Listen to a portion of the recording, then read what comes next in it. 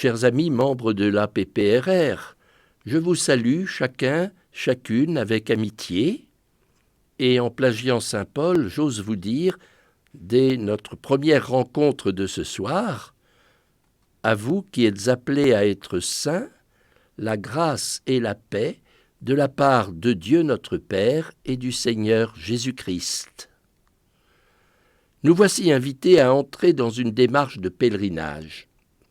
Comme toute démarche de pèlerinage, nous sommes invités à prier Dieu pour qu'il fortifie notre foi, pour qu'il fasse grandir en nous la confiance en son amour et en sa fidélité.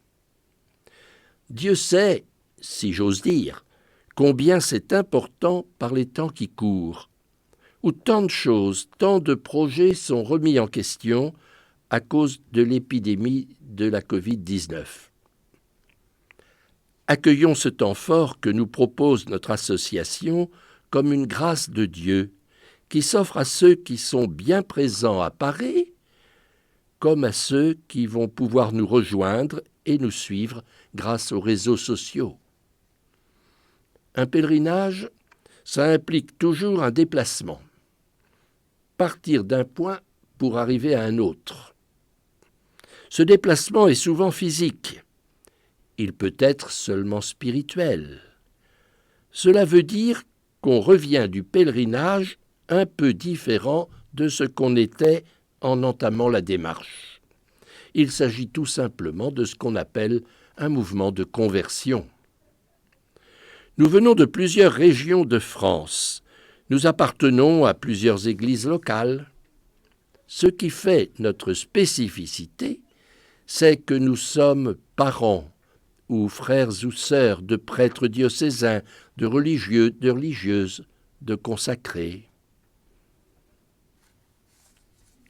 Je voudrais souligner 2 points qui me frappent dans ce mouvement.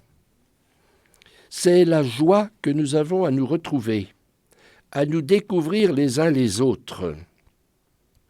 Les rencontres diocésaines ou régionales que j'ai vécues avec vous m'ont impressionné à ce propos. La joie de nous retrouver, la joie de la foi. Et puis, les vocations de nos enfants, de nos frères ou sœurs, qui sont si diverses. Est-ce que nous mesurons la richesse de notre Église ? Et nous-mêmes, dans notre association, nous avons des sensibilités spirituelles si variées. Et pourtant, nous sommes capables de ne faire qu'un. C'est là une richesse inestimable de l'APPRR à laquelle il nous faut rester très attachés. Nous arrivons avec tout ce qui fait notre vie. Les situations difficiles ou douloureuses que nous connaissons dans notre vie personnelle, familiale, professionnelle, ou dans nos relations avec les autres, parfois même dans nos paroisses ou dans d'autres lieux d'église. Et puis il y a aussi les questions, les incertitudes, les inquiétudes à propos de notre enfant, celui ou celle qui s'est engagé totalement à la suite du Christ, au service de l'Église. Alors il n'est pas question de laisser tout cela à la porte, mais il ne faut pas que ça encombre nos 3 journées de rencontre.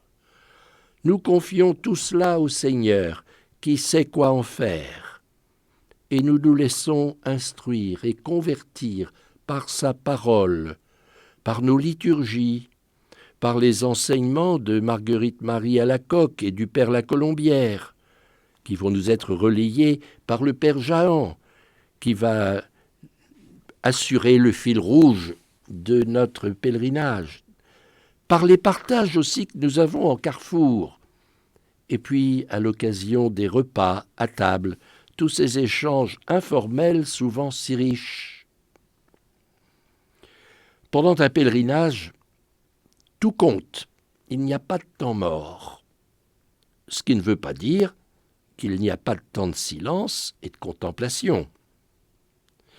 Nous arrivons aussi avec nos joies, avec nos réussites, avec notre bonheur de sentir notre enfant ou notre frère ou sœur bien épanoui dans sa vocation. En venant à Paré, c'est le cœur sacré de Jésus que nous sommes appelés à rencontrer. Je sais la réserve de certains devant l'expression « le Sacré-Cœur ». Il serait triste que certaines représentations nous empêchent d'accéder à ce qui est au fond le cœur de notre foi, l'amour que Dieu a manifesté dans le don de son Fils, Jésus-Christ notre Seigneur et notre Sauveur. L'amour qui est miséricorde. Il est question d'amour, il est question de miséricorde quand on parle du Sacré-Cœur. Il n'y a pas de vie chrétienne sans amour, il n'y a pas de vie chrétienne sans miséricorde, et je dirais tout simplement, il n'y a pas de vie humaine sans amour, il n'y a pas de vie humaine sans miséricorde.